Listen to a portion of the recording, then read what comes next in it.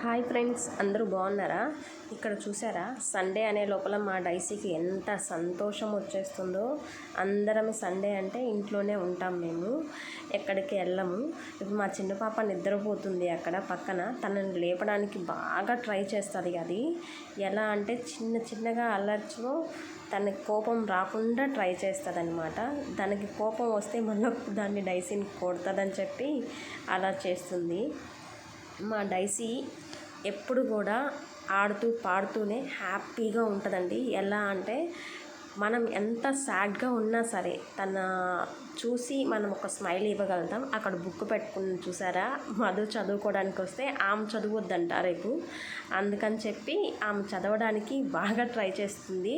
ఆమె మళ్ళీ పక్కకు వెళ్ళిపోయింది, నేను చదవను మమ్మీ అని. మళ్ళీ నేను బుక్ పక్కన పెట్టాను. అది చూసి చూడనట్టు ఉంది, చూడండి ఎలా చూస్తుందో.